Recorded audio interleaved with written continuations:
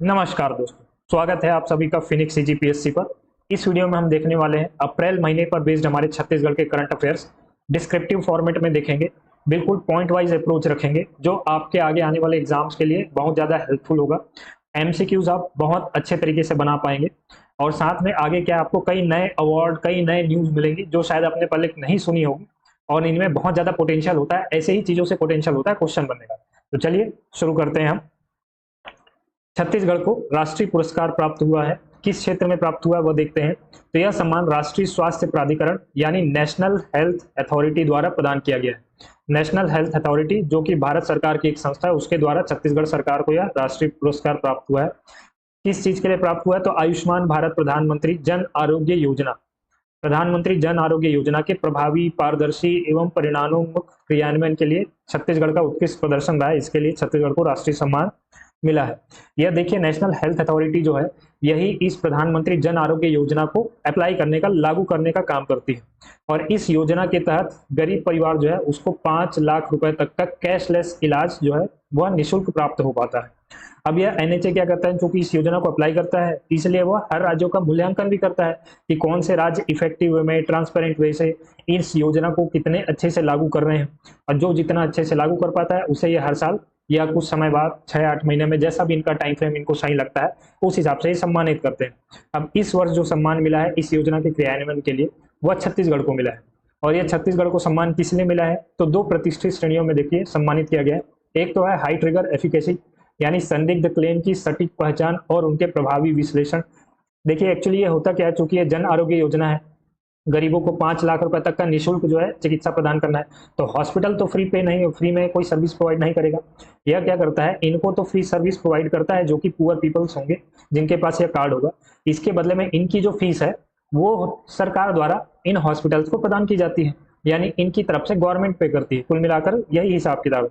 तो कई बार क्या होता है, ये जो हॉस्पिटल्स होते हैं बीच में, कुछ हॉस्पिटल, सभी नहीं, कुछ हॉस्पिटल क्या है फर्जी क्लेम करते हैं। यदि कोई व्यक्ति 4 दिन एडमिट रहा तो उसे 7 दिन बनाकर दिखा दिया।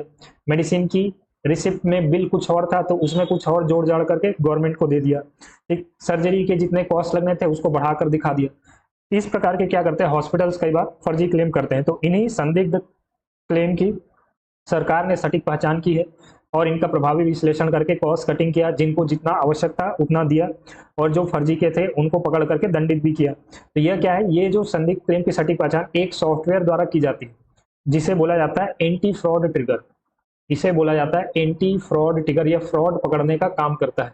क्योंकि इसके नाम में एंटी फ्रॉड ट्रिगर है इसलिए इस अवार्ड को बोला जाता है हाई ट्रिगर एफिकेसी, यानी ट्रिगर पकड़ने की, यानी ये जो संदिग्ध क्लेम है इसको पकड़ने की इसकी एफिशिएंसी बहुत अच्छी रही। और साथ में दूसरी श्रेणी क्या थी, timely processing of suspicious claim श्रेणी, यानी जो भी संदिग्ध दावे हैं उनका त्वरित एवं समयबद्ध निपटान। तो ये जितने भी इस प्रकार के फर्जी क्लेम आए थे उसको सरकार ने लटका करके नहीं रखा, तुरंत दावों को पकड़ा, जो फर्जी क्लेम थे उनको रिजेक्ट किया और जो क्लेम में सही पाए गए थे उनको तुरंत इन्होंने इनका कॉस्ट वगैरह बियर अप करके हॉस्पिटल्स को उनकी फीस वगैरह दे दी। तो यह था हमारा संदिग्ध दावों का त्वरित एवं समयबद्ध निपटान। तो इन दो श्रेणियों में छत्तीसगढ़ को यह राष्ट्रीय पुरस्कार प्रदान किया गया है नेशनल हेल्थ अथॉरिटी द्वारा। आई होप आपको ये क्लियर हुआ होगा। सेकंड देखते हैं, सर्वश्रेष्ठ सोयाबीन अनुसंधान केंद्र सम्मान प्राप्त हुआ है। सर्वश्रेष्ठ सोयाबीन अनुसंधान केंद्र का राष्ट्रीय पुरस्कार प्राप्त हुआ है कृषि विश्वविद्यालय रायपुर को। आईजीकेवी हम जिसे बोलते हैं, इंदिरा गांधी कृषि विश्वविद्यालय, उसे सर्वश्रेष्ठ सोयाबीन अनुसंधान केंद्र का राष्ट्रीय पुरस्कार प्राप्त हुआ है।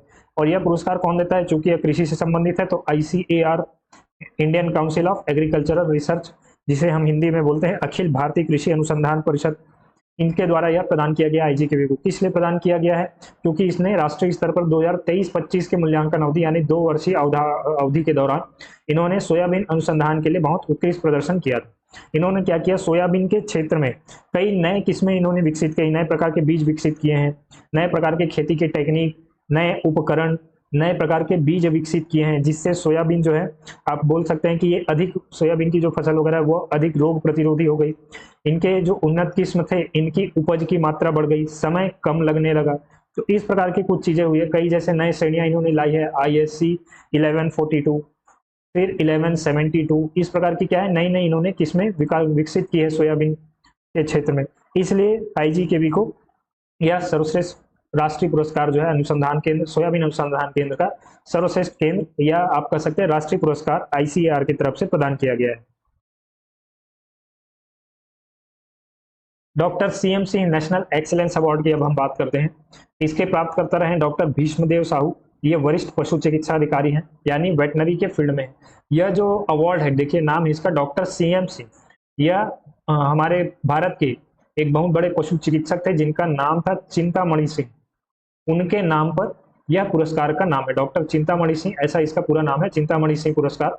तो यह डॉक्टर सीएम सिंह पुरस्कार जो इनके नाम पर है, डॉक्टर चिंतामणि सिंह के नाम पर, ये भारत के बहुत बड़े पशु चिकित्सक थे। आप बोल सकते हैं आधुनिक पशु चिकित्सा के जनक ही थे, आप बोल सकते हैं। इनके नाम पर एक ट्रस्ट बना हुआ है, डॉक्टर सीएमसी एंडोमेंट ट्रस्ट। इसके द्वारा यह अवार्ड जो है प्रदान किया जाता है। किसको प्रदान किया जाएगा? मुख्यतः पशु चिकित्सकों को ही किया जाता है। अब पशु चिकित्सा के क्षेत्र में यदि कोई एकेडमी कार्यरत है, उन्होंने बढ़िया काम किया तो उसे मिल जाएगा। यदि कोई पशु चिकित्सक बहुत अच्छा काम कर रहा है, उसे मिल जाएगा। यदि कोई रिसर्च स्कॉलर है, कोई साइंटिस्ट है वेटनरी के फील्ड में, उन्होंने कोई अच्छा काम किया है, नई प्रकार की दवाएं निकाल दी, नए रोग की खोज की, या जूनोटिक बीमारियों को रोकने का काम कर दिया, तो उनको मिल सकता है। कुल मिलाकर के ये एनिमल के फील्ड में जो एक्टिव है, उन्हें ही यह अवार्ड जो है प्रदान किया जाता है। तो इस साल ये आप ये भी याद रखिएगा कि यह अवार्ड का बड़ा नाम है नेशनल लेवल पर। ये चूंकि बिल्कुल जनक माने जाते हैं पशु विज्ञान के, इसलिए इनके नाम से अवार्ड दिया जाता है, बहुत बड़ा नाम है। तो इस साल जो प्राप्त हुआ है वो छत्तीसगढ़ से डॉक्टर भीष्मदेव साहू जी को प्रदान किया गया है। और ये अवार्ड इन वेटनरी साइंस 2026 के लिए प्रदान किया गया है। और ये बहुत ही, इसमें चयनित हो पाना थोड़ा टफ टास्क होता है, क्योंकि आप देखिए देश विदेश के 8 संस्थानों द्वारा मूल्यांकन करके फिर अवार्डी का चयन किया जाता है। तो ये अब भीष्मदेव साहू जी ने क्या किया, इन्होंने जो एनिमल्स की कॉम्प्लेक्स सर्जरीज होती हैं उनको सफलतापूर्वक इन्होंने पूरा किया। कई प्रकार की कॉम्प्लेक्स सर्जरी थी, उसको इन्होंने सफलतापूर्वक पूरा किया है। और कुछ नई टेक्निक्स भी निकाले इन कॉम्प्लेक्स सर्जरी को पूरा करने के लिए। इसके लिए इनको अवार्ड से सम्मानित किया गया है। नेक्स्ट देखते हैं C vet excellent award. Excellent award सम्मान, तो यह सी वेट, यहाँ पर भी आप देखिए वेटनरी है, यह भी एनिमल की फील्ड से ही जुड़ा हुआ है। अब ये सी वेट अवार्ड जो है, इसका पूरा नाम होता है डॉक्टर शक्कुबाई रामचंद्रन सी वेट एक्सीलेंट अवार्ड। यह शक्कुबाई रामचंद्रन कौन थी? तो यह पहली महिला पशु चिकित्सक थी भारत की। इनके नाम पर यह अवार्ड है। और यह अवार्ड देश की महिला पशु चिकित्सकों को ही दिया जाता है, या फिर महिला रिसर्च स्कॉलर्स को ही दिया जाता है।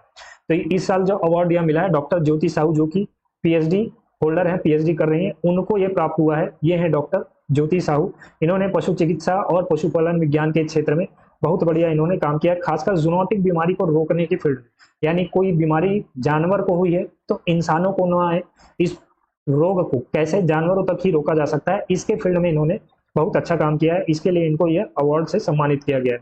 तो आपको याद रखना है doctor Shakkubai Ramachandran C vet excellent award यह मिला है research scholar doctor Jyoti Sahu को, पशु चिकित्सा और पशुपालन विज्ञान में असाधारण का योगदान देने के लिए। अब देखते हैं दिशा दर्शन भ्रमण योजना। दिशा दर्शन भ्रमण योजना क्या है? पहले तो आप यह जान लीजिए कि महिला बाल विकास विभाग द्वारा यह चलाया गया था। महिला एवं बाल विकास विभाग द्वारा यह जो योजना है वह चलाई गई थी, महिला बाल विकास की अब योजना।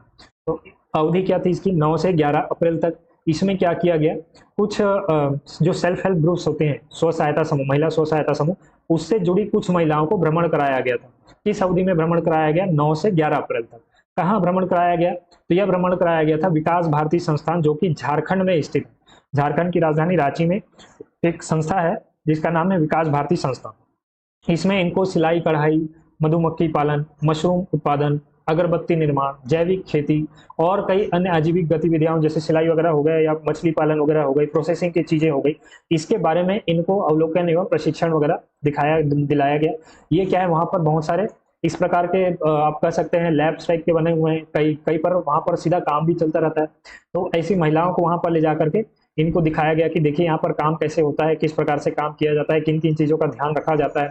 इससे क्या होगा, महिलाएं जब वापस आएंगी तो अपने क्षेत्र में जो इनके छोटे उद्योग हैं, उत्पादन पैकेजिंग वगैरह से संबंधित, या अपने जो प्रिय उत्पाद विकसित कर रहे हैं, इनको मार्केटिंग वगैरह की समझ बढ़ेगी।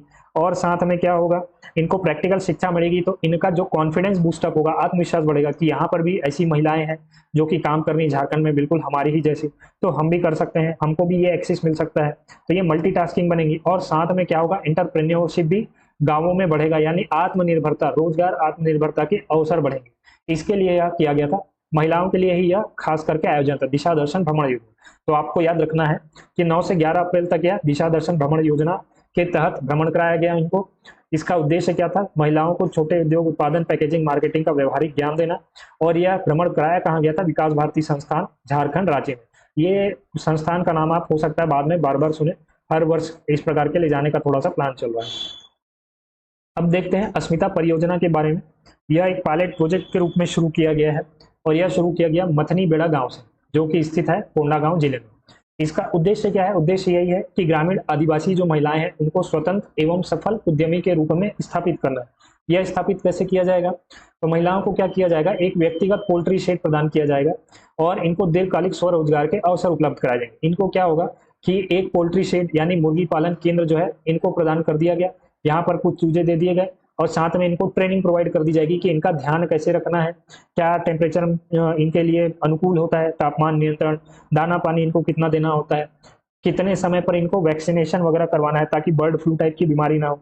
और साथ में ये बीच बीच में आकर के जो एक्सपर्ट हैं आकर के दौरा भी करेंगे और इनको कुछ कुछ चीज़ें बता करके भी जाएंगे कि किन चीज़ों का ध्यान रखना है, ताकि ये जब मुर्गी थोड़ी बड़ी होंगी तो अंडे के रूप में भी और साथ में और कई अन्य रूप में भी इनका उपयोग कर सकती हैं। तो इससे क्या होगा, दीर्घकालिक स्वरोजगार मिलेगा। यहाँ पर क्या है, सीधा पोल्ट्री शेड ही इनको प्रदान किया जा रहा है और व्यक्तिगत रूप से प्रदान किया जा रहा है। ऐसा नहीं कि महिला स्व सहायता समूह को यहाँ पर हम प्रदान कर रहे हैं। वैसे में क्या होता है, समूह की भागीदारी होती है, किसी एकलौती महिला की भागीदारी नहीं। यहाँ पर क्या है, एक एक महिलाओं को ऐसा पोल्ट्री शेड प्रदान किया जा रहा है।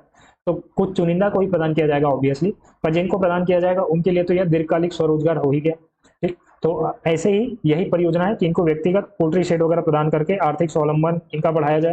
साथ में क्या होगा, अंडा वगैरह मिल गया तो इनकी पोषण वृद्धि वगैरह भी हो जाएगी, स्वरोजगार बढ़ेगा इनका। जैसे इनका रोजगार बढ़ा, इनका व्यवसाय बढ़ा तो क्षेत्रीय विकास भी हो सकता है, अन्य महिलाओं को भी प्रेरणा मिल सकती है। तो यही सारी चीजें इसमें है और इसके लिए इनको तकनीकी प्रशिक्षण, वैज्ञानिक प्रबंधन, ये सब इनको प्रदान किया जाएगा।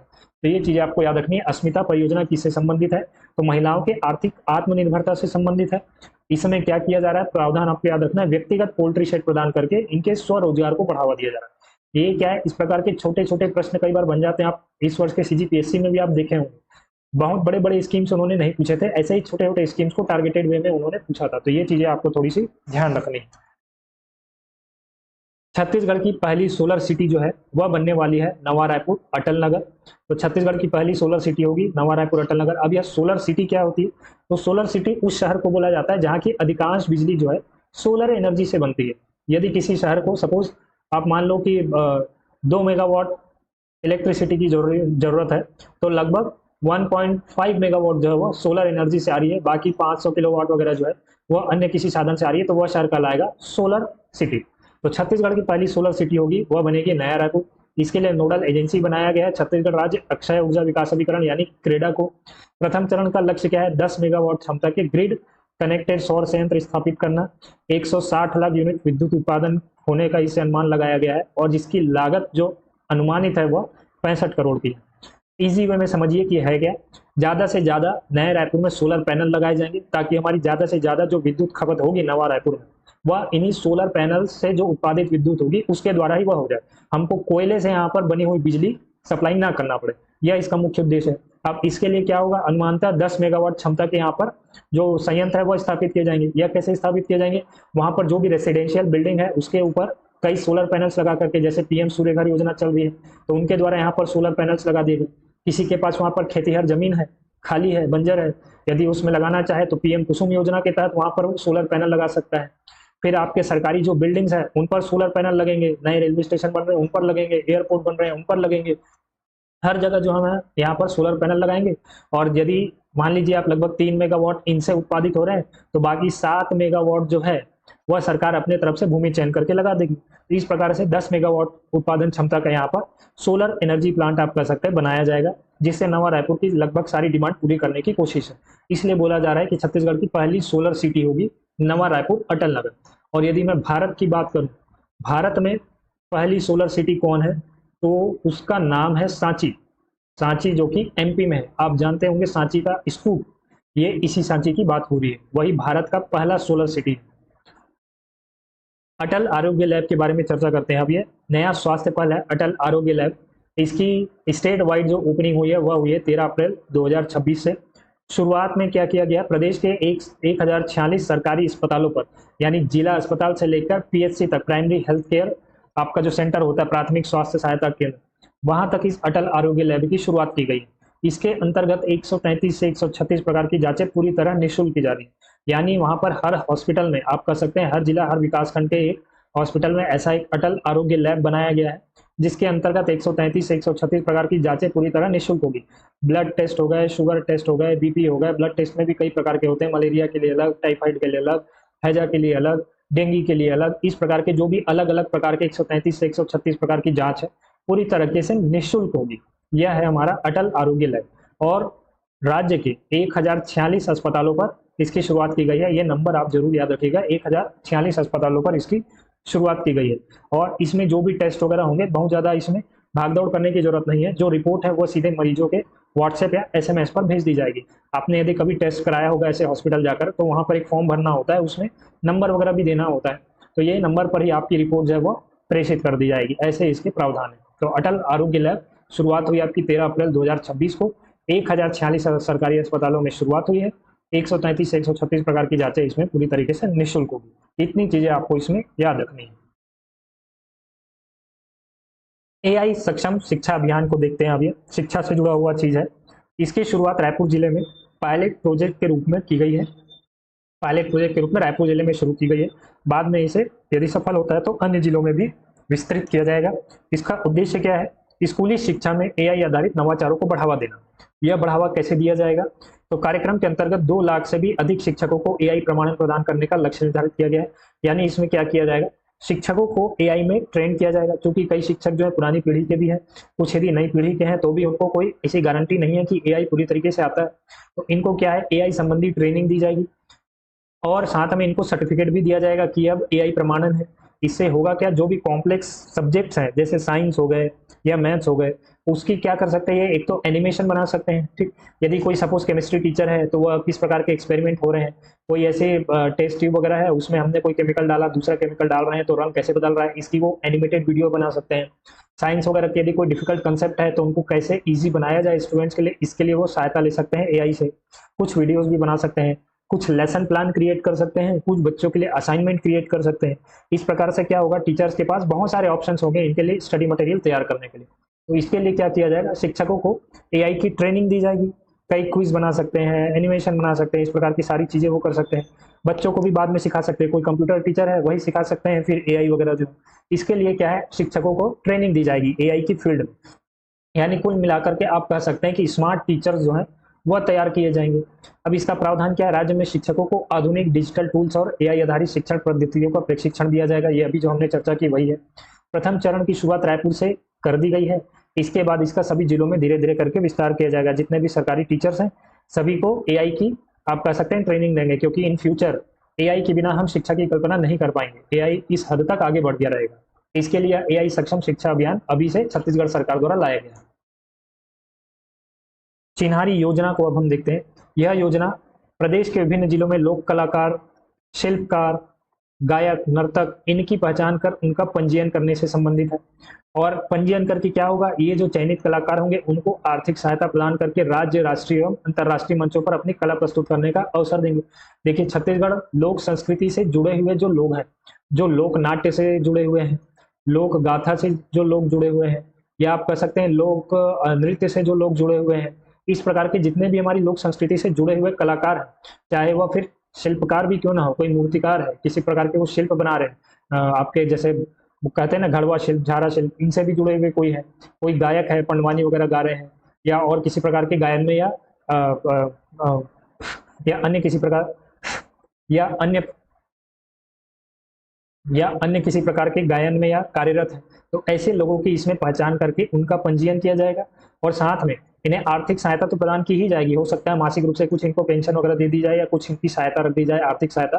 साथ में इसके साथ क्या होगा, यदि राज्य स्तर पर, राष्ट्रीय स्तर पर या अंतर्राष्ट्रीय स्तर पर राज्य में कोई आयोजन हो रहा है या किसी दूसरे राज्य में आयोजन हो रहा है, उसके बारे में इनको जानकारी दी जाएगी और इनको वैसा मंच प्रदान करने के लिए कोशिश की जाएगी। वहीं से तो क्या है, इनका नाम बनता है और फिर दूसरी जगहों पर इनको आमंत्रित भी किया जाता है। इससे इनका आर्थिक सशक्तिकरण होता है, इनको प्रोत्साहन मिलता है। आज के समय पर यदि कोई इन चीजों में कार्यरत है भी, यदि उसको आर्थिक प्रोत्साहन ना मिले, उसका घर ही ना चले ये सब करने से, तो वो इस कोई भी और दूसरा इस फील्ड में क्यों आना चाहेगा। और यदि कोई नई पीढ़ी इस फील्ड में आएगी नहीं तो हमारी संस्कृति बचेगी कैसे। ठीक, तो इसी चीज के लिए यह योजना एक तरीके से दूरदर्शी योजना है, चिन्हारी योजना लाई गई है। चिन्हित करके इनको पंजीकृत करने की यह योजना है। इसके साथ ही हमारे छत्तीसगढ़ में जो लोकल मेले वगैरह लगते हैं, उत्सव वगैरह होते हैं, शासकीय कार्यक्रम होते हैं, उनमें इनकी भागीदारी सुनिश्चित की जाएगी। बहुत सारे महोत्सव होते हैं, आप जानते होंगे, रामगढ़ महोत्सव, फिर आपका वो सूरजपुर में जो महोत्सव होता है वो सिरपुर महोत्सव, आरंग महोत्सव, फिर आपके चंदपुरी महोत्सव। तो इस प्रकार के जो भी अन्य अन्य महोत्सव होंगे उनमें भी इनकी भागीदारी सुनिश्चित की जाएगी। तो यह है हमारा चिन्हारी योजना। फिर छत्तीसगढ़ को मनरेगा श्रमिक ई केवाईसी में प्रथम स्थान प्राप्त हुआ है। मनरेगा श्रमिकों की ई केवाईसी में छत्तीसगढ़ का स्थान रहा है प्रथम। लगभग 97% श्रमिकों का ई केवाईसी पूर्ण हो चुका है। यानी कि प्रमाणन एक तरीके से है कि जो मनरेगा में काम कर रहे हैं मजदूर वो वही है, इनका यह प्रमाण है ई केवाईसी होना। लाभ से क्या होगा, इनके माध्यम से श्रमिकों को समय पर भुगतान एवं योजनाओं का सीधा लाभ मिलेगा। यह पता चलेगा कि ये सही में वही मजदूर है और इसका यह अकाउंट नंबर है। तो डीबीटी के माध्यम से इसको पेमेंट जो है वह तुरंत हो पाएगा। अन्य प्रकार की भी योजनाओं का लाभ इसको तुरंत रूप से मिल गया रहेगा क्योंकि ई केवाईसी इनका पूर्ण हो चुका है। तो इसमें आपको ध्यान रखना है, मनरेगा श्रमिक ई केवाईसी में छत्तीसगढ़ का स्थान रहा है प्रथम। बस्तर मुन्ने अभियान देखते हैं, नया अभियान एक ये लाया गया है। यह गोड़ी भाषा का गोड़ी भाषा में यह बस्तर मुन्ने, इसका बस्तर मुन्ने का अर्थ होता है अग्रणी बस्तर। तो यह अग्रणी बस्तर का अर्थ क्या है, किन क्षेत्रों में अग्रणी की बात की जा रही है। तो इसके अंतर्गत आप कह सकते हैं जो विकास संकेतक होते हैं हमारे, विकास संकेतक मतलब किन किन चीजों से रिलेटेड हुए, शिक्षा से जुड़ा हुआ यानी एजुकेशन हो गया, स्वास्थ्य से जुड़ा हुआ यानी कि आपका हेल्थ हो गया, पोषण से जुड़ा हुआ न्यूट्रिशन हो गया, बिजली हो गई, स्वयं का पक्का घर हो गया। ये सब क्या है, ये सब हमारे विकास के संकेतक है। किन क्षेत्रों में कितना विकास हुआ इसी से तो पता चलता है, किस क्वालिटी ऑफ एजुकेशन वहां पर प्रोवाइड हो रही है, कितना क्वालिटी ऑफ वहां पर हेल्थ केयर है, वहाँ न्यूट्रिशन कैसा है लोगों का, लोगों के पास अपने घर है कि नहीं, बिजली पानी वगैरह की सुविधा है कि नहीं। इन्हीं चीजों से तो पता चलता है कौन सा शहर कितना विकसित है। तो इन विकास संकेतकों को, ये जो पिछड़े जिले हैं ये उनके जो ये विकास संकेतक है, इनको राष्ट्रीय औसत तक खींच करके लेकर के आना इस बस्तर मुन्ने अभियान का मुख्य उद्देश्य है। यानी आप समझ सकते हैं जो हमारा छत्तीसगढ़ की राजधानी है रायपुर, इसके विकास संकेतक आप देखो तो एजुकेशन क्वालिटी अलग है, हेल्थ केयर फैसिलिटी की क्वालिटी अलग है, न्यूट्रिशन की अलग है, फिर आपके इलेक्ट्रिसिटी की अलग है, फिर आपके पक्के घर वगैरह की अलग है। और वहीं पर यदि आप सुकमा जिले की पकड़ लें तो इनमें अंतर होगा, यहाँ के विकास संकेतकों में, इन विकास संकेतकों में, रायपुर के इस विकास संकेतकों में अंतर होगा।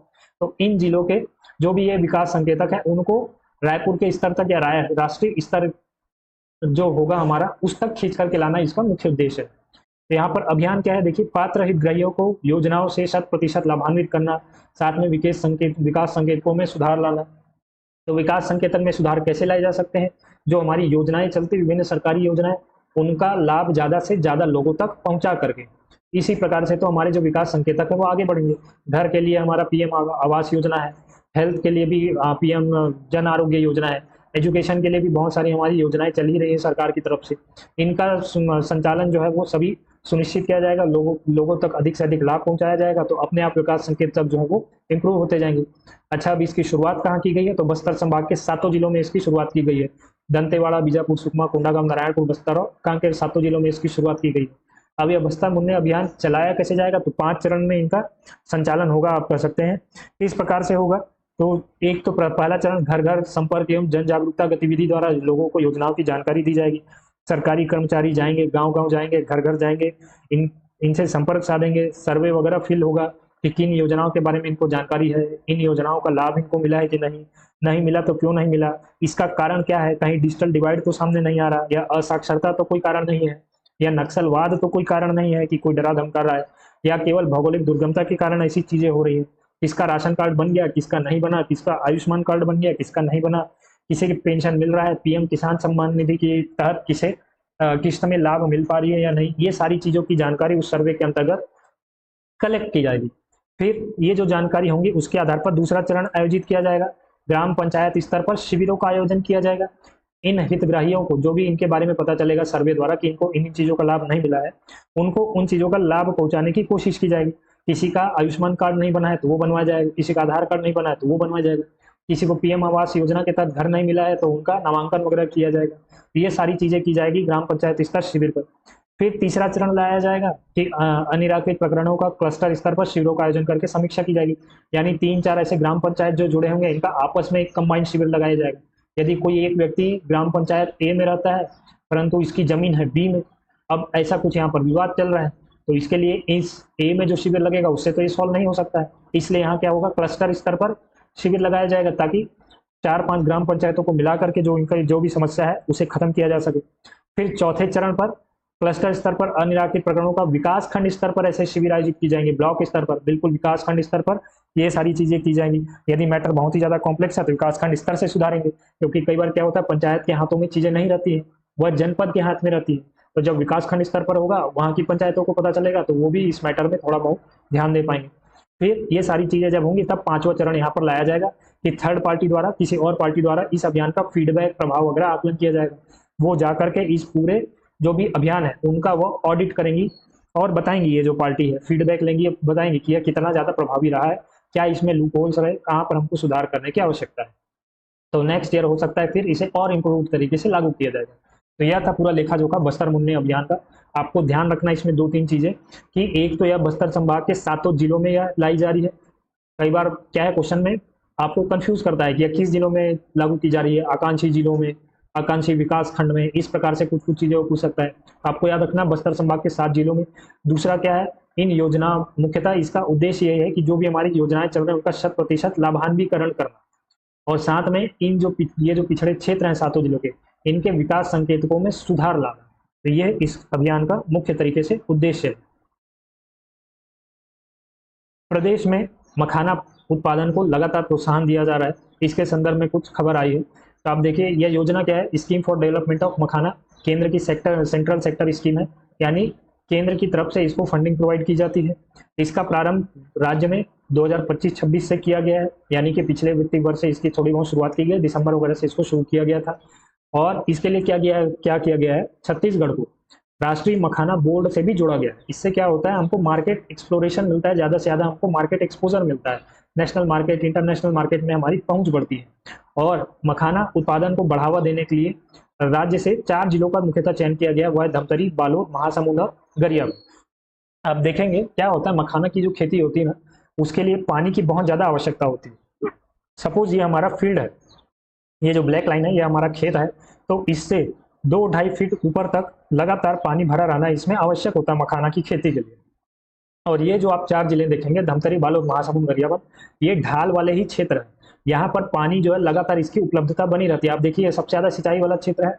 दूसरी बात आप देखिए सबसे ज्यादा डैम यहीं पर बने हुए हैं, यानी यहाँ पर जो भूजल है उसकी भी उपलब्धता ठीक ठाक बनी रहती है। दूसरा ये क्या है, ढाल वाला क्षेत्र है, जब पानी वर्षा होगी तब ये थोड़े डबरी वगैरह यहाँ पर लगातार भरे रहते हैं। धमतरी है, बालोद है, महासमुंद है, गरियाबंद है, एक दूसरे से चिपके भी हुए भी है। महासमुंद देखो, महासमुंद के नीचे गरियाबंद, गरियाबंद के बगल में आप देखेंगे धमतरी, धमतरी के बगल में देखेंगे बालोद। इस प्रकार से क्या है, पूरे ढाल वाले क्षेत्र हैं, जितनी बड़ी नदियां हैं सब यहाँ से होकर के जरूर निकलती हैं। इसलिए मखाना उत्पादन के लिए चारों जिले बिल्कुल परफेक्ट है। इनको एक तरीके से मखाना बेल्ट के रूप में तैयार करने की छत्तीसगढ़ सरकार की योजना है। इसके लिए इन्हीं जिलों का इसमें चयन किया गया है। और इसमें देखिए एक फायदा यह भी होता है, मखाना एक तो क्या है, एक आप बोल सकते हैं कैश क्रॉप्स है, ठीक, बहुत ज्यादा लाभ इससे होता है। धान वान की खेती से बहुत ज्यादा लाभ जो हमारा धान इसमें मखाना में होता है, बहुत महंगे बिकते हैं। सुपर फूड की कैटेगरी में आजकल ये आ गए, सुपर फूड की कैटेगरी में ये आजकल आ गए, विदेशों में बहुत ज्यादा इनकी आजकल डिमांड है। और साथ में क्या होता है, देखिए 2 चीजें इसमें आप कर सकते हैं, एक तो इसमें पानी भरा रहेगा, मखाना की खेती तो होगी, साथ में आप यहाँ पर मछली पालन कर सकते हैं। तो किसानों को 2 in 1 मिल जाता है, मछली पालन भी हो रहा है, यानी मत्स्य उत्पादन भी हो रहा है, और मखाना की खेती भी हो रही है। तो दोनों तरीके से किसानों को फायदा हो जाता है। इसलिए मखाना उत्पादन को सरकार द्वारा ज्यादा से ज्यादा बढ़ोतरी, ज्यादा से ज्यादा बढ़ावा दिया जा रहा है। तो आपको जिले जरूर याद रखने हैं, धमतरी, बालोद, महासमुंद और गरियाबंद।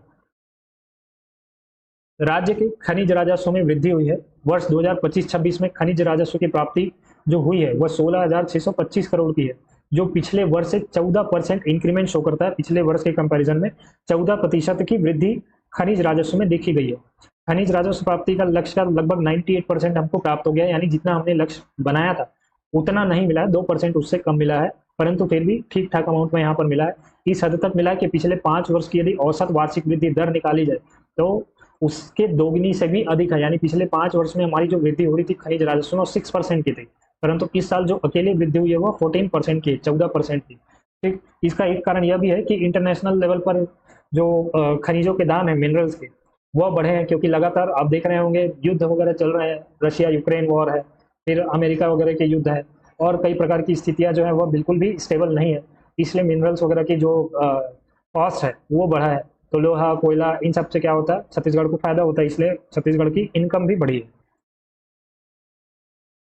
सेवा सेतु का शुभारंभ किया गया है, और यह शुभारंभ किया गया 29 अप्रैल 2026 को। यह सेवा सेतु क्या है? आम जनों तक सेवाओं की सुलभ पहुंच सुनिश्चित करने के लिए ई डिस्ट्रिक्ट पोर्टल का एक बेहद आधुनिक एवं उन्नत संस्करण यह विकसित किया गया है चिप्स द्वारा। ई डिस्ट्रिक्ट पोर्टल यदि आप जानते होंगे, ई डिस्ट्रिक्ट पोर्टल क्या होता है? ई डिस्ट्रिक्ट पोर्टल जो है, इसके अंतर्गत जो जिले की सुविधा है, यानी जिला स्तर की जो सेवा सुविधा है, जैसे जाति प्रमाण पत्र बनना हो गया, मूल निवासी प्रमाण पत्र बनना हो गया, जन्म प्रमाण पत्र, मृत्यु प्रमाण पत्र, विवाह प्रमाण पत्र, अन्य कई प्रकार के जो जिला स्तर की सुविधा है वह ई डिस्ट्रिक्ट पोर्टल द्वारा दी जाती थी। परंतु ये बहुत पहले की आप कह सकते हैं सुविधा है, अब इसी को अपग्रेड किया गया है। जैसे आप इसको ऐसे समझ सकते हैं कि हमारे पास पहले क्या होता था, हमारे पास जो फ़ोन होते थे पुराने मॉडल, जिसमें आप केवल कॉल कर सकते हैं, मैसेज कर सकते हैं, इससे ज़्यादा नोकिया 1600 टाइप के फ़ोन में आप कुछ नहीं कर सकते थे, छोटे मोटे गेम हो गए तो। अब क्या है, उसको इम्प्रूव करके नए स्मार्टफोन आ गए जिसमें कैमरा भी है, गाने भी आप सुन सकते हैं, इंटरनेट चला सकते हैं, जीपीएस मॉनिटरिंग वगैरह कर सकते हैं, साथ में कॉल मैसेज तो आप कर ही सकते हैं। इसी प्रकार का यहाँ पर किया गया जो ई डिस्ट्रिक्ट पोर्टल है, इसको थोड़ा सा इम्प्रूव कर दिया गया है, अपग्रेड कर दिया गया है। ये भी अब जिला स्तर की सुविधा देगा और इसकी मात्रा बढ़ा दी गई है। ई डिस्ट्रिक्ट पोर्टल में जहाँ तक आपके 50-60 सेवा सुविधा वगैरह उपलब्ध हो पाती थी, अब इसमें जो है लगभग 441 प्रकार की शासकीय सेवाएं उपलब्ध होगी, वो भी आपको होम डिलीवरी के साथ मिलेंगी। तो यह है हमारा सेवा सेतु पोर्टल। तो सेवा सेतु पोर्टल हो क्या गया, एक तरीके से आप कह सकते हैं स्मार्ट डिजिटल पोर्टल है, एकीकृत डिजिटल पोर्टल है, यह आप मान सकते हैं। ई डिस्ट्रिक्ट पोर्टल का ही यह एक उन्नत संस्करण है, या ई डिस्ट्रिक्ट पोर्टल ही, परंतु इसका यह उन्नत संस्करण है। एक प्रकार से आप एकीकृत पोर्टल या स्मार्ट डिजिटल पोर्टल मान सकते हैं। इससे क्या होगा, क्योंकि सेवा सुविधा का विस्तार हुआ है तो जनता को और ज़्यादा चीज़ों के लिए लगातार ऑफिस के चक्कर काटने की जरूरत नहीं पड़ेगी, बिचौलियों से छूट मिलेगी, सरकारी बाबुओं से छूट मिलेगी, और साथ में इसे चूंकि 22 भारतीय भाषाओं में उपलब्ध कराया गया है तो एक तरीके से लिंगुअल फ्रेंडली भी है, आप कह सकते हैं। एआई द्वारा यह फॉर्म भरने वगैरह में भी उपयोग करने वाला है, आर्टिफिशियल इंटेलिजेंस का भी इसमें उपयोग किया गया है। ये सारी सुविधाएं इसके अंतर्गत प्रदान की गई है। तो एक बार फिर देखते हैं ऊपर से नीचे तक। इसकी शुरुआत जो की गई है 29 अप्रैल 2026 को की गई है। यह क्या है, तो आम जनों तक सेवाओं की सुलभ पहुंच यानी सरल पहुंच सुनिश्चित करने के लिए ई डिस्ट्रिक्ट पोर्टल का आधुनिक एवं उन्नत संस्करण के रूप में इसे उपलब्ध कराया गया, विकसित किया गया है चिप्स द्वारा। इसका लाभ क्या होगा, तो आधुनिक तकनीक और एआई के उपयोग से डिजिटल नागरिक सेवाएं प्रदान करेगा, अधिक सशक्त होगा और ज़्यादा प्रभावी होगा। फॉर्म भरने में आपको ये खुद से सहायता करेगा। इसमें 441 प्रकार की शासकीय सेवाएं उपलब्ध हैं और यह पोर्टल 22 भारतीय भाषाओं में भी उपलब्ध होगा। अब इससे होता क्या है, चॉइस सेंटर वगैरह जाने की ज़्यादा समस्या भी नहीं रहेगी। दूसरा, सर्वर डाउन की जो समस्या वगैरह है वो भी कम हो जाएगी। तीसरा, यह ज़्यादा यूज़र फ्रेंडली भी होगा। इस प्रकार के इसके अपने तरह के कई लाभ हैं। तो यह आपको ध्यान रखना है सेवा सेतु के बारे में। आपको जरूर इससे क्वेश्चन कुछ ना कुछ देखने को मिल सकता है आगे आने वाले exams. Raipur Visakhapatnam economic corridor की बात करते हैं। एक नेशनल हाईवे बन रहा है, बिल्कुल 8 लेन टाइप का आप कह सकते हैं। तो यह Raipur Visakhapatnam economic corridor NH 130 CD जिसका नाम दिया गया है, छत्तीसगढ़ के 4 जिलों से होकर निकलने वाला है, रायपुर, धमतरी, कांकेर और कोंडागांव। इसके अंतर्गत वैसे आप ये देखें तो छत्तीसगढ़ में इसकी जो भागीदारी है वह 124 किलोमीटर की, टोटल तो यह 464 किलोमीटर का है। टोटल यहाँ पर जो इसका डिस्टेंस है इस नेशनल हाईवे की वह 464 किलोमीटर की है, परंतु यदि छत्तीसगढ़ में आप देखें तो 124 किलोमीटर की है इसमें डिस्टेंस रहेगी, जो कि इन 4 जिलों से होकर के निकलेगा। बाकी और किन जिलों से होकर निकलने वाला है, तो छत्तीसगढ़ के बाद जाएगा ओडिशा और फिर यह जाएगा आंध्र प्रदेश, चूंकि विशाखापट्टनम जो है वो आंध्र प्रदेश में ही। तो 124 किलोमीटर छत्तीसगढ़ से, 240 किलोमीटर यह निकलेगा ओडिशा से, और आंध्र प्रदेश से निकलेगा यह 100 किलोमीटर। तो इस प्रकार से यह लगभग 464 किलोमीटर की डिस्टेंस की यह रोड होगी। इससे फायदा क्या होगा, आप देखो, जो अभी बंदरगाह हमको पहुंचना होता है वाइजैक, क्योंकि वाइजैक क्या है, एक बहुत इंपॉर्टेंट बंदरगाह है, छत्तीसगढ़ के कई प्रोडक्ट यहाँ से एक्सपोर्ट होते हैं। तो अभी जो रायपुर से या आप छत्तीसगढ़ से मान लो उस वहाँ तक जाने में, वाइजैक पोर्ट जाने में लगभग आप मान लो 12 से 14 घंटे का समय लगता है। यह रोड बन जाने से वह डिस्टेंस घट करके 6-7 घंटों का हो जाएगा, तो समय लगभग आधा हो जाएगा। और दूसरा फायदा यह है कि यह मुख्यतः छत्तीसगढ़, ओडिशा जैसे राज्यों के पिछड़े हुए क्षेत्र से, जो जनजातीय क्षेत्र है वहां से होकर के निकलने वाला है। तो ऐसे पिछड़े क्षेत्रों से जब ये होकर के इतना आधुनिक सड़क यहाँ से निकलेगा तो इन क्षेत्रों का भी विकास हो पाएगा, आधुनिकीकरण होगा। तो यह भी एक फायदा है। तो यह आपको मुख्यतः ध्यान रखना है। 4 जिलों से होकर निकलने वाला है रायपुर विशाखापट्टनम इकोनॉमिक कॉरिडोर, रायपुर, धमतरी, कांकेर और कोंडागांव। टोटल डिस्टेंस इसकी 464 किलोमीटर की है। छत्तीसगढ़ में यह 124 किलोमीटर तय करेगा। पोषण पखवाड़ा के बारे में बात करते हैं। एक हेल्थ इनिशिएटिव है, इसका 8वां संस्करण इस वर्ष जो मनाया गया वह 9 से 23 अप्रैल रखा गया। पखवाड़ा यानी होता है 15 दिवसीय, तो यह 15 दिवसीय अभियान था। ठीक, पखवाड़ा जो होता है, पखवाड़े का मतलब होता है 15, तो 15 दिवसीय यहाँ पर अभियान था, पोषण पखवाड़ा अभियान 9 से 23 अप्रैल तक। और इसका यह 8वां संस्करण था। देखिए 2018 से यह शुरू किया गया था। ठीक, एक तो है हमारा पोषण माह, एक तो पोषण माह एक मनाया जाता है, और एक मनाया जाता है पोषण पखवाड़ा। तो पोषण माह जो मनाया जाता है वह मनाया जाता है मुख्यतः आपके सितंबर के महीने में, और जो पोषण पखवाड़ा ये जो आयोजित किया जाता है जनरली मार्च या फिर अप्रैल को आयोजित किया जाता है। और इसकी शुरुआत की गई थी 2018 में इसकी शुरुआत की गई थी, परंतु 2018 में पोषण पखवाड़ा का आयोजन नहीं हुआ था, पोषण माह का आयोजन हुआ था। लगभग अप्रैल या मई से इन दोनों की शुरुआत की गई, परंतु पहले साल केवल पोषण माह का आयोजन किया गया, फिर 2019 से पोषण पखवाड़ा की शुरुआत की गई, इसलिए यह 8वां संस्करण है पोषण पखवाड़ा का। इस वर्ष का थीम क्या रखा गया था? तो यह रखा गया था जीवन के पहले 6 वर्षों में मस्तिष्क के विकास को अधिकतम करना। क्यों? क्योंकि जो बच्चे होते हैं उनके दिमाग का पूर्ण विकास जो होता है वह 6 वर्ष तक हो जाता है, ऐसा साइंटिफिक तौर पर माना जाता है। इसलिए 6 वर्ष तक बच्चों का विशेष ध्यान रखना होता है, उनको विशेष केयर की जरूरत इसी 6 वर्षों में पड़ती है। इसलिए क्या होता है, लोरी सुनाओ, इनको खिलौने वगैरह से खिलाओ, इनको स्क्रीन वगैरह से दूर रखो, इनको जितना ज़्यादा से ज़्यादा हो सके नेचुरल एनवायरनमेंट में रखो। इस प्रकार की चीज़ें इसमें कही जाती है ताकि इनके मस्तिष्क का पूरा विकास हो जाए। यदि ये चीज़ें नहीं होती तो इनके जो मस्तिष्क का विकास है वह धीमा पड़ जाता है। ठीक, तो इसके लिए यह पोषण पखवाड़ा आयोजित किया जाता है, इन चीज़ों के बारे में लोगों को जागरूक करने के लिए, साथ में मातृ एवं शिशु पोषण ये सब चेकअप करने के लिए और उनको ज़्यादा से ज़्यादा पोषण प्रदान करने के लिए। इसमें और क्या किया जाता है, जन्म से 3 वर्ष तक के बच्चों में मस्तिष्क विकास हेतु प्रारंभिक प्रोत्साहन दिया जाता है, लोगों को बताया जाता है किस प्रकार से इनका ध्यान रखना है। फिर 3 से 6 वर्ष तक के बच्चों में जो स्क्रीन टाइम है उसमें कमी लाना, खेल आधारित इनको शिक्षा प्रदान करना, इसके बारे में ज़्यादा फोकस किया गया इस बार, खास करके स्क्रीन टाइम के बारे में। आजकल बच्चों के स्क्रीन टाइम बहुत बढ़ गए हैं। आप सोचो कि यदि कोई बच्चा 3 साल की उम्र से या 4 साल की उम्र से गेम खेलना शुरू कर दे, बाद में आते आते वो बहुत ज़्यादा एडिक्टेड हो जाते हैं। कई वीडियोस आपने देखे होंगे कि बच्चा छोड़ नहीं पा रहा है मोबाइल, चिल्ला रहा है, उसे यदि 15-20 मिनट के लिए भी मोबाइल ले लिया गया तो बिल्कुल पागलों सा चिल्ला रहा है कि मुझे मोबाइल दो, गेम खेलना है। तो ये सारी वीडियोस सरफेस हुई हैं, इसी के लिए यहाँ पर इस पोषण पखवाड़ा में इसको एक फोकस बनाया गया कि इनकी स्क्रीन टाइम में कमी लानी है, और वो भी खासकर मोबाइल। टीवी में तो क्या है, कुछ पसंद की चीज़ें आ रही तब तक ठीक है, नहीं आ रही तो वह बंद कर दे, खुद ही बंद कर देगा। परंतु मोबाइल में तो ऐसा नहीं है, मोबाइल में एक बार उनको नेट मिल गया फिर तो दुनिया भर की चीज़ें हैं वहाँ पर। ठीक, इसलिए स्क्रीन टाइम में कमी लाना इसमें विशेष फोकस रखा गया था। साथ में आंगनबाड़ी केंद्रों को सामुदायिक सहयोग द्वारा सशक्त बनाना, यह भी एक प्रकार से इसमें फोकस था। तो इस साल जो पोषण पखवाड़ा मनाया गया वो 8वें संस्करण का था और 9 से 23 अप्रैल तक यह मनाया गया था। इतनी बातें आपको इसमें थोड़ी बहुत ध्यान रखनी है। फिर राज्य कोषीय स्वास्थ्य सूचकांक हम देखते हैं, जो हमारा फिजिकल हेल्थ इंडेक्स है उसको हम देखते हैं। यह जारी किया गया था नीति आयोग द्वारा। फिजिकल हेल्थ इंडेक्स इसे हम इंग्लिश में बोलते हैं, आप ध्यान रखें, है ना। हिंदी में राजकोषीय स्वास्थ्य सूचकांक है, इंग्लिश में हम बोलते हैं फिजिकल हेल्थ इंडेक्स। यह इसका 2nd एडिशन था, इसे जारी किया जाता है नीति आयोग द्वारा। इसके अंतर्गत राज्यों को 2 कैटेगरी में बांटा गया, एक 18 बड़े राज्य और 10 नॉर्थ ईस्ट प्लस हिमालयी राज्य। 10 कैसे, तो 7 हमारे तो हो जाते हैं 7 सिस्टर्स वाले, फिर इसमें एक जुड़ जाता है सिक्किम, 8 हो गए। 2 और कौन कौन से जुड़े, तो एक जुड़ेगा आपका हिमाचल प्रदेश और एक जुड़ेगा उत्तराखंड।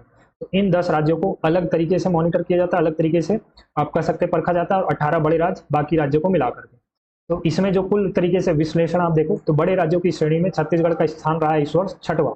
पिछले साल यदि देखें तो पिछले साल था 2nd, और इससे जुड़ा हुआ क्वेश्चन लास्ट ईयर CGPSC में पूछा भी था कि इसमें छत्तीसगढ़ की स्थान क्या रही थी प्रीलिम्स में। तो आपको ध्यान रखना है, पिछले वर्ष छत्तीसगढ़ 2nd में था, इस साल जो है वो 6वें स्थान पर पहुंच गया है। स्कोर क्या रहा है, तो 44.30 आउट ऑफ 100। और यदि श्रेणी हम देखें तो यह था फ्रंट रनर। फ्रंट रनर कैसे, तो यह जो भी नीति आयोग राज्यों का आप कह सकते हैं विश्लेषण करता है, उसमें अलग अलग स्कोर प्रदान करता है अलग अलग चीज़ों पर। ठीक, जैसे 18 राज्य हैं, सभी को कुछ ना कुछ यहाँ पर स्कोर मिलेंगे। जैसे छत्तीसगढ़ को 44 मिला है, किसी को हो सकता है 50 मिले, किसी को 54 मिले, किसी को 40 मिले, किसी को 25 मिले। इस प्रकार से कई अन्य प्रकार के हमारे विश्लेषण के अनुसार इनको स्कोर प्रदान किया जाएगा, उसके हिसाब से इनको रैंक दिया जाता है, और रैंक के अनुसार इनकी कैटेगरी डिसाइड कर ली जाती है। जैसे स्कूल में भी होता था ना, 90% के ऊपर 3 लोग हैं, ये हो गया फर्स्ट, सेकंड, थर्ड। 60% के ऊपर वाले फर्स्ट डिवीजन माने जाते हैं, 50% के ऊपर वाले सेकंड डिवीजन माने जाते हैं, 40 के ऊपर वाले थर्ड डिवीजन माने जाते हैं। इसी प्रकार से यहाँ पर कैटेगराइज कर दिया गया था। कितने भागों में कैटेगराइज किया गया था, तो 4 भागों में इनको कैटेगराइज किया गया था। अचीवर्स, फिर फ्रंट रनर्स, परफॉर्मर्स और एस्पिरेशनल, जिसमें सबसे ऊपर थे अचीवर्स, फिर थे फ्रंट रनर्स, फिर थे परफॉर्मर्स और फिर थे एस्पिरेशन, जिसमें छत्तीसगढ़ का स्थान रहा है फ्रंट रनर्स की श्रेणी में। सभी राज्यों को एक बार देखते हैं। तो अब यह देखिए, उड़ीसा जो है वो पहले स्थान पर रहा, लास्ट ईयर भी उड़ीसा ही पहले स्थान पर था, 73.1 इसका स्कोर रहा है। दूसरे स्थान पर रहा है गोवा, इसका स्कोर रहा है 54.7। आप डिफरेंस देखो, लगभग 19 पॉइंट का डिफरेंस है, यानी नेक्स्ट ईयर भी उड़ीसा ही टॉप में रहने वाला है। तीसरे पर रहा झारखंड, चौथे में गुजरात, पांचवें में महाराष्ट्र और फिर छठवें में रहा है छत्तीसगढ़, जो कि लास्ट ईयर सेकंड में था। इसका स्कोर रहा है 44.3 और श्रेणी रही है फ्रंट रनर्स। ये चीज आपको ध्यान रखनी है। तो ये जो ऊपर के आपके ग्रीन वाले दिख रहे हैं, ये तीनों रहे हैं अचीवर्स में। ये जो आपको येलो वाले दिख रहे हैं, ये सारे रहे हैं फ्रंट रनर्स में। ये वाले जो आपको दिख रहे हैं, ये आपके रहे परफॉर्मर्स में। और ये वाले जो आपको दिख रहे हैं केरला से लेकर के पंजाब तक, ये रहे आपके एस्पिरेशन। आपको छत्तीसगढ़ से जुड़ी हुई चीजें मुख्यतः याद रखनी है।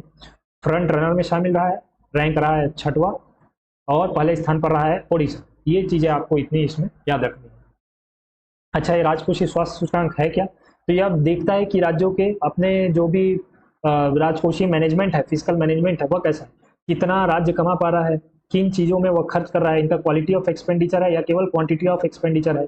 एक होता है कि जितना आपने बजट बनाया उसका बहुत ज़्यादा भाग आपने सब्सिडी में और रेवड़ी योजनाओं में व्यतीत कर दिया। एक होता है कि आपने जितना बजट बनाया उसको लार्ज स्केल पर यानी लार्जर ड्यूरेशन के लिए एसेट बनाने में किया, जैसे कि रोड बनाने में हो गया, कई प्रकार के उद्योग लगाने में हो गया, इंडस्ट्रियल पार्क आपने बना दिया, हेल्थ फैसिलिटी यहाँ पर डेवलप कर दी। तो इन चीज़ों में भी आप खर्च कर सकते हैं और रेवड़ी योजनाओं में भी खर्च कर सकते हैं। तो यही देखा जाता है कि इन राज्यों में किस प्रकार का कितना क्वालिटी एक्सपेंडिचर हो रहा है, कितना वो कर्ज ले रहे हैं, कर्ज चुका पाने की स्थिति में है या नहीं। इस प्रकार से ये सारा फिजिकल एक तरीके से मैनेजमेंट इसका स्टडी किया जाता है स्टेट्स का, उसके आधार पर यह इंडेक्स तैयार होता है। उसमें छत्तीसगढ़ का स्थान रहा है 6वां। अगला देखते हैं निर्यात तैयारी सूचकांक के बारे में। निर्यात तैयारी सूचकांक यह भी नीति आयोग द्वारा जारी किया जाता है। यह इसका 4था संस्करण था। एक्सपोर्ट परफॉर्मेंस इंडेक्स इसे ऐसा इंग्लिश में बोला जाता है, एक्सपोर्ट प्रिपेयर्डनेस इंडेक्स। इसके यदि विस्तृत विश्लेषण में जाए तो भारत में ओवरऑल जो रैंक रही है छत्तीसगढ़ की, वह रही है 16th ओवरऑल, यानी सभी 28 राज्यों को यदि मिला लिया जाए तो उसमें जो छत्तीसगढ़ की रैंक रही है वह रही है 16th। उसके बाद बड़े राज्यों की श्रेणी में छत्तीसगढ़ की रैंक रही है 14th। तो इसमें इन्होंने क्या किया, 2-3 तरीके से रैंक निकाला है। एक तो है सभी राज्यों को मिला करके एक कैटेगरी बना दी। दूसरा फिर इन्होंने कैटेगराइज कर दिया बड़े राज्य और छोटे राज्य और पहाड़ी राज्य, इस प्रकार से अलग अलग 2-3 कैटेगरीज इन्होंने बना दी। तो यदि हम देखें ओवरऑल कैटेगरी में 16th रही है रैंक छत्तीसगढ़ की, बड़े राज्यों की श्रेणी में 14th रही है, स्कोर रहा है हमारा 48.50। और वर्गीकरण जैसा अभी हमने पिछले वाले में देखा था वैसा इसमें वर्गीकरण किया गया है, परंतु 3 भागों में वर्गीकृत किया गया है, जिसमें छत्तीसगढ़ का जो कैटेगरी रहा है वह रहा है एस्पायरर। तो ये 3 कैटेगरी कौन कौन सी रही है, एक थी हमारी लीडर्स की, दूसरी थी चैलेंजर्स की, तीसरी थी एस्पायरर्स की। तो छत्तीसगढ़ जो रहा है वह एस्पायरर कैटेगरी में रहा है। आप इसी बात से समझ सकते हैं कि देखिए रैंक जो है वो 14th और 16th है। कुल निर्यात, इससे पहले हम देखते हैं रैंक देख लेते हैं स्टेट्स की, यार कि स्टेट्स की रैंक क्या क्या रही है। तो आप ये देखो, पहले स्थान पर रहा है महाराष्ट्र। यदि सभी राज्यों की बात की जाए, ओवरऑल रैंक की बात की जाए, देखिए यहाँ पर ओवरऑल रैंक लिखा हुआ है। तो ओवरऑल वे में महाराष्ट्र रहा है पहले स्थान पर, दूसरे स्थान पर रहा है तमिलनाडु, फिर गुजरात, यूपी, आंध्रा। इस प्रकार से आप नीचे से दूसरा स्थान देखेंगे तो यह था छत्तीसगढ़ 16th पोजीशन पर, यानी 17 राज्यों की श्रेणी में छत्तीसगढ़ जो है वह 16वें स्थान पर रहा है, इसीलिए यह एस्पायरर्स में रहा है। अब आपको समझ में आ गई होगी बात, ठीक। और यदि हम बड़े राज्यों की श्रेणी में हम देखें लार्ज स्टेट्स में, यहाँ पर आप देखिए लार्ज स्टेट में छत्तीसगढ़ रहेगा 14th पोजीशन पर। क्यों? क्योंकि यहाँ पर 2 स्मॉल स्टेट भी आ गए हैं, उत्तराखंड और जम्मू कश्मीर। इनको यदि हटा दिया जाए तो छत्तीसगढ़ 14th पोजीशन पर हो जाएगा। यह देखिए जो यहाँ पर छत्तीसगढ़ है वो 14th पोजीशन पर हो जाएगा एस्पायरर इसकी कैटेगरी। तो यदि इस रिपोर्ट के अनुसार और चीजें देखी जाए तो कुल निर्यात छत्तीसगढ़ से विदेशों को रहा है 16,903 करोड़ का। वहीं 2023 में यह एक्सपोर्ट ज्यादा का था, 22,426 करोड़ का था। सबसे ज्यादा निर्यात यहाँ से एक्सपोर्ट होने वाली वस्तु कौन सी है, तो वह है चावल, फिर है एल्यूमिनियम। सबसे ज्यादा छत्तीसगढ़ से विदेशों को राइस एक्सपोर्ट होता है। शीर्ष 5 निर्यात गंतव्य छत्तीसगढ़ से कौन से हैं? इटली है, बेनिन है, चीन है, साउथ कोरिया और टोगो। ये टोगो और बेनिन जो है अफ्रीकी कंट्रीज हैं। इटली तो आप जानते होंगे यूरोपियन, चाइना तो हमारा बगल वाला देश, दक्षिण कोरिया जो हमारा चीन के पीछे वाला देश है वो। तो इस प्रकार से छत्तीसगढ़ के ये 5 निर्यात गंतव्य हैं। सबसे ज्यादा एक्सपोर्ट होने वाली चीज छत्तीसगढ़ से चावल है। कुल निर्यात 16,000 करोड़ का रहा इस साल, पिछले साल से कम रहा क्योंकि कॉस्ट जो है वो इंटरनेशनल लेवल पर कुछ मिनरल्स की ऊपर नीचे होती रहती है, उसके हिसाब से यह भी ऊपर नीचे होता रहता है। तो इसमें इतनी चीजें आपको ध्यान रखनी है कि यह इस रिपोर्ट का 4था संस्करण था, जारी होता है नीति आयोग द्वारा। ओवरऑल रैंक 16, बड़े राज्यों की श्रेणी में 14, कैटेगरी एस्पायरर कुल निर्यात 16,000 करोड़ के, और निर्यातित वस्तु जो है सबसे ज़्यादा चावल, शीर्ष निर्यात गंतव्य इटली। इतनी चीज़ें आपको इसमें ध्यान रखनी आवश्यक है। खेलो इंडिया ट्राइबल गेम्स, इसका समापन हो चुका है, इसके बारे में हम चर्चा करते हैं। इसका आयोजन 25 मार्च से 6 अप्रैल तक किया गया था। पहला एडिशन था इसका, first edition of Khelo India tribal games held in Chhattisgarh. And sports जो हमारे आयोजित हुए, खेल आयोजन जो हुए हैं वो हुए हैं 3 शहरों में, रायपुर, सरगुजा और बस्तर। इन 3 जगहों पर हमारे खेल आयोजन हुए। 7 प्रतिस्पर्धात्मक थे, 2 प्रदर्शनात्मक खेल थे, यानी कुल खेल 9 थे। प्रतिभागियों की संख्या 3000 प्लस, 32 राज्य और यूटीसी यानी दोनों की संख्या मिलाकर के यहाँ पर बताई जा रही है। राज्य तो 28 है। छत्तीसगढ़ के कुल खिलाड़ी जितने भाग लिए थे वह थे 164, जिसमें 86 पुरुष 78 महिला थी। हालांकि इतने ज़्यादा नंबर्स आपको याद रखने की आवश्यकता नहीं है। कुल पदक यहाँ पर दांव पे लगे थे 338, और छत्तीसगढ़ का स्थान रहा है पदक तालिका में 9वां। छत्तीसगढ़ ने कुल 3 स्वर्ण पदक जीते, 10 सिल्वर, 6 ब्रॉन्ज के साथ कुल 19 स्वर्ण पदक जीते। परंतु पहले स्थान पर रहा है कर्नाटक, जिसने 23 गोल्ड मेडल के साथ कुल 38 पदक जीते। दूसरे स्थान पर रहा उड़ीसा, जिसने 21 गोल्ड मेडल के साथ 57 पदक जीते। क्योंकि कर्नाटक के गोल्ड मेडल ज़्यादा है, इसलिए वह आपको पहले नंबर पर मिल रहा है। गोल्ड मेडल से पदक तालिका में जो नंबर है, रैंक है, वो काउंट होते हैं। तीसरे स्थान पर रहा है झारखंड, फिर 9वें स्थान पर रहा है छत्तीसगढ़। तो छत्तीसगढ़ की तरफ से 3 गोल्ड मेडल किन्होंने जीते? तो पहला गोल्ड मेडल छत्तीसगढ़ की तरफ से जीता था निकिता ने, और वह जीता था वेट लिफ्टिंग 73 या 71 kg वर्ग, इसमें इन्होंने जीता था। दूसरा गोल्ड मेडल जीता था सिद्धार्थ नागेश ने शॉर्टपुट में। तीसरा गोल्ड मेडल आया टीम इवेंट में, महिला फुटबॉल टीम। तो ये चीज़ें आपको इसमें इतनी याद रखनी है। अच्छा, इसका शुभंकर क्या रहा था? तो इसका शुभंकर रहा था मोरवीर। मोरवीर ये जो है, यही है मोरवीर। ये कुछ वन लाइनर्स देखते हैं आप, यह भी आपके लिए इंपॉर्टेंट है। किसानों को खरीफ सीजन तैयारी एवं योजनाओं की जानकारी देने के लिए राज्य में विकसित कृषि संकल्प अभियान कब चलाया गया? तो यह चलाया गया था 5 से 10 मई तक। इनको योजनाओं, किसानों को विभिन्न योजनाओं की जानकारी देने के लिए अभियान चलाया गया था। प्रदेश में कितनी नई प्राथमिक कृषि साख सहकारी समिति, इनका वर्चुअल शुभारंभ किया गया है? तो वह किया गया है 515 नई कृषि साख सहकारी समितियों का जो शुभारंभ किया गया है। किस जिले के गढ़ पहाड़ की गुफा में मध्य पाषाण काल संबंधी प्रागैतिहासिक मानव जीवन के आदिमकालीन शैल चित्र मिले हैं? वह है जशपुर, यानी जशपुर में स्थित है गढ़ पहाड़, और इसी पहाड़ में मिला है मध्य पाषाण कालीन संबंधी प्रागैतिहासिक मानव जीवन के चित्र, शैल चित्र। पीएम आवास योजना ग्रामीण क्रियान्वयन में प्रथम स्थान पर रहा है सूरजपुर। स्पेस ऑन व्हील्स कार्यक्रम का संचालन किया जा रहा है जशपुर। स्पेस ऑन व्हील्स मतलब क्या है? कस्टमाइज ऐसा एक बस टाइप का बना दिया गया है, जिसमें मॉडल बनाया गया है अंतरिक्ष वगैरह के साथ में। जो हमारे स्पेस लैब होते हैं उनमें रॉकेट के मॉडल इसमें रखे गए हैं, सैटेलाइट के मॉडल इसमें रखे गए हैं, जिससे विद्यार्थियों को पता चले किस प्रकार से इनको ऑपरेट किया जाता है, किस प्रकार से कम्युनिकेशन सिग्नल भेजे जाते हैं, रिसीव किए जाते हैं। ये सारा चीज़ जो है इस कस्टमाइज ट्रक या बस में होगा। इसे बोला जा रहा है स्पेस ऑन व्हील्स। इस कार्यक्रम का संचालन अभी किया जा रहा है जशपुर। मनरेगा अंतर्गत सर्वाधिक मानव दिवस रोजगार प्रदान करने में कौन सा जिला प्रथम स्थान पर रहा है? तो वह रहा है कबीरधाम। किस जिले में प्रदेश का सबसे बड़ा सैनिक स्कूल बनने वाला है? तो वो बनने वाला है धमतरी। ये इंपॉर्टेंट है, आप याद रखिएगा। छत्तीसगढ़ राज्य में जनगणना 2027 के प्रथम चरण अंतर्गत मकान सूचीकरण एवं मकानों की गणना कार्य कब से कब तक की जा रही है? तो वह 1 से 30 मई तक की जाएगी। किसके पूर्व यहाँ पर, और ये जो गणना की जाएगी इसके पूर्व स्वगणना की प्रक्रिया कब से कब तक संपादित होगी जनगणना के अंतर्गत? तो उसका अवधि रखी गई है 16 से 30 अप्रैल। सुशासन तिहार 2026 तक प्रदेश में जन समस्या निवारण शिविर आयोजित किए जाएंगे, कब से कब? तो यह 1 मई से 10 जून तक। मुख्यमंत्री द्वारा और कई अन्य सरकारी अधिकारी कर्मचारियों द्वारा सभी जिलों में ऐसा कैंप लगाया जाएगा, शिविर आयोजित किए जाएंगे, जनता की समस्याओं का निराकरण किया जाएगा। इसे बोला जा रहा है सुशासन तिहार। 1 मई से 10 जून तक इसे मनाया जाएगा। फिर राजनांदगांव में कंप्रेस बायोगैस संयंत्र स्थापना के लिए नगर पालिका निगम राजनांदगांव, फिर छत्तीसगढ़ बायोफ्यूल डेवलपमेंट अथॉरिटी एवं एक और कंपनी के मध्य त्रिपक्षीय एमओयू हुआ है। वह कंपनी है भारत पेट्रोलियम कॉर्पोरेशन लिमिटेड, यानी बीपीसीएल। यानी बीपीसीएल जो है वह राजनांदगांव में कंप्रेस्ड बायोगैस प्लांट लगाएगी। पिछले महीने जो हमने कंप्रेस्ड बायोगैस नीति देखी थी उसके अंतर्गत, यदि आपने वो वीडियो नहीं देखा है तो आप प्लेलिस्ट में जाकर के देख सकते हैं। कुछ और वन लाइनर्स है। नियत नीलानार 2.0 अर्थात योजना के अगले चरण में अब कितने जिलों को शामिल किया जा रहा है? तो वह जिले हैं टोटल 10।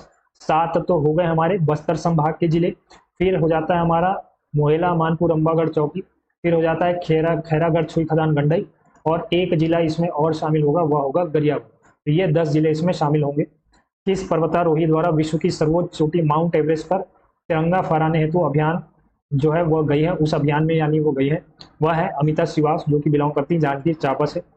खेलो इंडिया ट्राइबल गेम्स में छत्तीसगढ़ की महिला फुटबॉल टीम ने कौन सा पदक जीता है, तो वह जीता है स्वर्ण पदक, ये हमने कवर कर लिया है। मिस इंडिया छत्तीसगढ़ का अवार्ड जीता है अनुष्का सोन ने, यानी हम मिस इंडिया कंपटीशन में छत्तीसगढ़ का प्रतिनिधित्व करेंगी। अंतर्राष्ट्रीय weight lifting tournament IBFC universal cup 2026 जो कि समोआ में आयोजित हुआ था, यूएस के पास एक छोटा सा टापू कंट्री है समोआ, वहां आयोजित हुआ था, वहां पर गोल्ड मेडल जीता ज्ञानेश्वरी यादव ने 53 केजी वर्ग में। इसका वेट कैटेगरी आप याद रखिएगा, आगे जितने भी गेम्स होंगे कॉमनवेल्थ है और यदि एशियन गेम्स में ये गई तब इसी वेट कैटेगरी में यह पार्टिसिपेट करने वाली 53 केजी वर्ग। नॉर्वे में आयोजित पैरा आर्म रेसलिंग कप में 85 केजी वर्ग में स्वर्ण पदक जिन्होंने जीता है, तो वह जीता श्रीमंत झा ने। शिवानी सोनी का संबंध किस खेल से है, वह है गोल्फ से। इंटरनेशनल लेवल की यह गोल्फ प्लेयर है, यह आपको ध्यान रखना है। हांगकांग टूर्नामेंट के लिए भारतीय फुटबॉल टीम में छत्तीसगढ़ से किस खिलाड़ी का चयन हुआ, तो वह है आकाश दुबे, ये ध्यान रखना आपको, फुटबॉल है खेल का नाम। पद्मश्री जागेश्वर यादव जी के जीवन पर आधारित किताब जिसका शीर्षक है बिरहोर जननायक, बिरहोर जनजाति से आए, बिरहोर जननायक शीर्षक के नाम से इनके जीवन पर आधारित किताब लिखी गई है, जिसके लेखक हैं doctor Lokesh Patel. Very very important, आपको ये बिल्कुल ध्यान रखना है। फिर मंत्रिपरिषद द्वारा छत्तीसगढ़ में यूनिफॉर्म सिविल कोड लागू करने प्रारूप तैयार करने किस सेवानिवृत्त न्यायाधीश की अध्यक्षता में समिति का गठन किया गया है, तो वह गठन किया गया है न्यायमूर्ति रंजना प्रकाश देसाई की अध्यक्षता में। लगभग 5 सदस्यीय ये प्रारूप 5 सदस्यीय आप कह सकते हैं समिति बनाई गई है। यूनिफॉर्म सिविल कोड किस प्रकार से लागू करना है उसका ये प्रारूप तैयार करेंगे। छत्तीसगढ़ स्पोर्ट्स यूनिवर्सिटी की स्थापना कहाँ की जाएगी, तो वह की जाएगी राजधानी रायपुर। इतनी चीजें हैं आपके अप्रैल महीने पर बेस्ड करंट अफेयर्स के रूप में, इतनी चीजें आप याद रख सकते हैं। इस पर बेस्ड हमारा टॉप 50 MCQs का भी वीडियोस आपको प्लेलिस्ट में मिल जाएगा, एक दूसरे सेपरेट प्लेलिस्ट में, आप उससे जाकर के MCQ प्रैक्टिस कर सकते हैं। इतनी चीजें आप कर लेते हैं तो आपका करंट अफेयर्स आप बिल्कुल कवर मानिए, इससे ज़्यादा की आवश्यकता जनरली नहीं पड़ेगी। तो मिलते हैं आपसे अगले ऐसे ही कुछ अन्य वीडियोज़ में, तब तक के लिए विदा लेते हैं। जय हिंद, जय भारत, जय छत्तीसगढ़।